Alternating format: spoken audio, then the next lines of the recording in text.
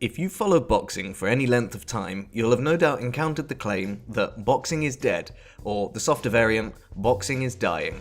This is a phrase that has littered newspaper headlines and online forums for quite some time now, but is there any truth to it? To answer that, we have to put on the gloves and dive into some research. To get started on answering this question, we first have to unwrap the language being used here, namely, what is meant by a sport being dead, or at least dying. The first answer we could come up with is that these people are suggesting that boxing is happening less these days than in the past, but does the data support that? And in a word, no. If we look to the total number of professional fights listed on BoxRec each year, we can see that there is a strong trend upwards over the last 100 years. In fact, outside of the two spikes taking place in the early 1930s and in the late 1940s, boxing has enjoyed a relatively steady growth over time, with the total number of listed fights essentially doubling over the last 50 years. So, if the number of professional fights each year is trending upwards, then the people saying boxing is dying are either unaware of this fact, or they mean something else when they say boxing's dying. Another interpretation of the word dying could be that they are talking about how much money is being generated by the sport over time. So let's take a look at the top grossing fights of all time to see if there's any truth to this. As you can see, the highest earning fight to date was between Floyd Mayweather and Manny Pacquiao back in 2015, with reported earnings of $410 million. You might be tempted to dismiss this fight as an outlier, which it is, but it's worth bearing in mind that the highest earning outlier happened just 2 years ago. Beyond that, the top 3 grossing fights of all time happened within the last 10 years, so it becomes difficult to say boxing's earning any less than it used to at any given time. Keen data analysts among you might be asking what happens if we adjust these figures for inflation, so let's find out. As you can see, the list does change order somewhat, but the top 3 highest grossing fights, even when adjusted for inflation, are still the same 3 fights that took place the most recently.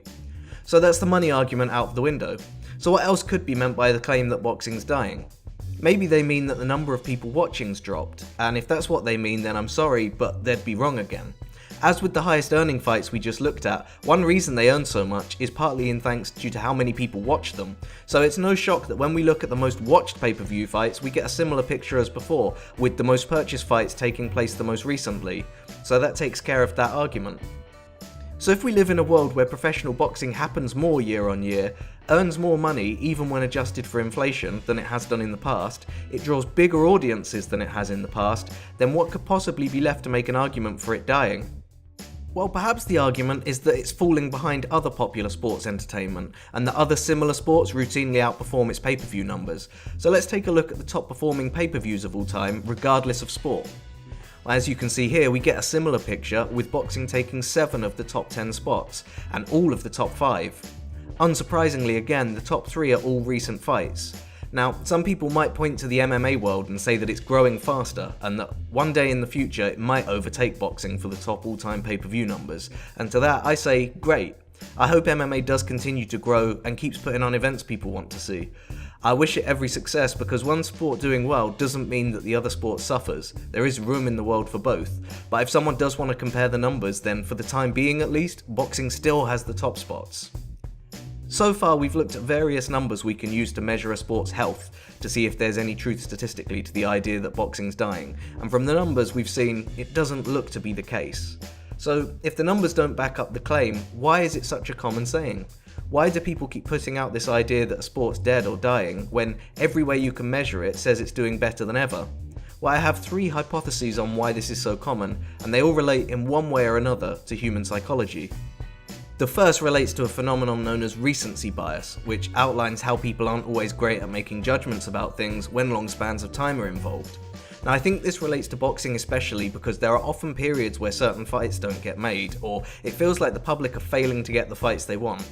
And they then think back to boxing's past and think about the storied careers of people like Mike Tyson and Muhammad Ali, and their memory tricks them into thinking that these fighters always fought the best opponents, always were in exciting fights, and never had any long layoffs.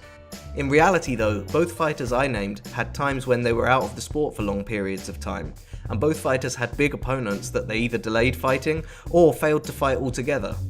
The difference is, when we think back to the career of someone like, say, Mike Tyson, we forget the time people spent wanting him to fight George Foreman or Lennox Lewis, and we forget those weights and instead just remember all the exciting fights he put on. And this gives us a wonky impression of the past, and as a result, tricks us into thinking the past was so much better and more exciting than the modern era of boxing, when in reality it isn't a fair assessment. The second hypothesis relates to something called hyperbolic fallacy, where we take something that is true and exaggerate how significant it is. So for a recent example of this, a lot of people were disappointed in the scoring of the fight between Manny Pacquiao and Jeff Horn. We were greeted yet again with the fanfare of boxing is dead and boxing is dying because of how annoyed some people were with the outcome. The thing is though, judging boxing has always been subjective, and if you think scoring is any worse now than it used to be, then you're wrong. For all the talk you may hear about how corrupt boxing is, you only need to look to the mob-controlled era of the 40s to see that even if boxing does still face corruption, and I'm not necessarily saying it does, but even if it was still facing corruption, that corruption is far less pronounced than it was in years gone by. So bearing that in mind, to suggest that boxing is dying now and used to be much better, even though it used to be more corrupt, is actually praising the corruption of the old era and saying that you think we should go back to that, which in my mind at least is counterintuitive. We can also see how hyperbolic fallacy plays a part in boxing media. So if you make your money based on how many people read your article or click your link, then it's financially in your best interest to make the biggest exaggerations you can get away with, turning any hiccup or flaw in the sport into the apocalypse as we know it. Now, it's important to be honest with the sport and its flaws, but I think if we do that by jumping to extremes of doom and gloom, and I'm looking at you here, Teddy. Another black eye for boxing, and guess what? Boxing is like the Cyclops. There's no more eyes left to blacken. This is really destroying the boxing industry. With this sort of end of the world spiel, we never get to have a decent and nuanced conversation.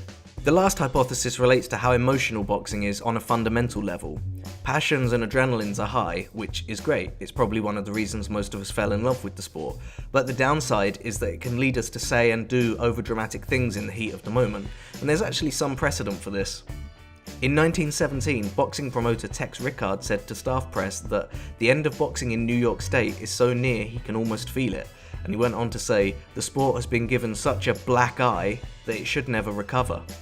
Does that sound familiar? And this was literally 100 years ago.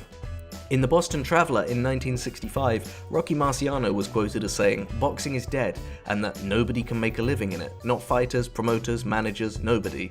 Again, this prophecy didn't come true, as today, more people make a living from the sport than in any other period in history, from boxing gyms to coaches to managers, promoters, TV networks, and the fighters themselves. Marciano's doom and gloom was wrong then, and the doom and gloom is wrong now. In 1935, Kid Howard said in Register Republic, the sport is dying. There are not enough good boxers or attractions left. I can see no future for the sport. And there are hundreds of examples like this throughout history. It seems that part of boxing, at least in the last 100 years, has been complaining about how it's dead or dying. At the start of this video, we set out to ask what logic was behind the claim that boxing is dead and or dying, and we've looked at the numbers and seen they don't add up. And we've looked at the psychology to see what makes people say it. I think the only reasonable conclusion is that there is no logic behind the claim because it doesn't come from reason and evidence, it comes from emotion and dramatic hyperbole. Now I know that pointing all of this out isn't going to make the entire boxing world take note and stop being such worrywarts. Hell, we've got a proud 100-year tradition of being worrywarts, it turns out. I guess all I can really hope to do with this video is get the message out there that when you see someone saying that boxing's dead, just remember that apparently it's been dead for over 100 years now, and it's still doing better than ever.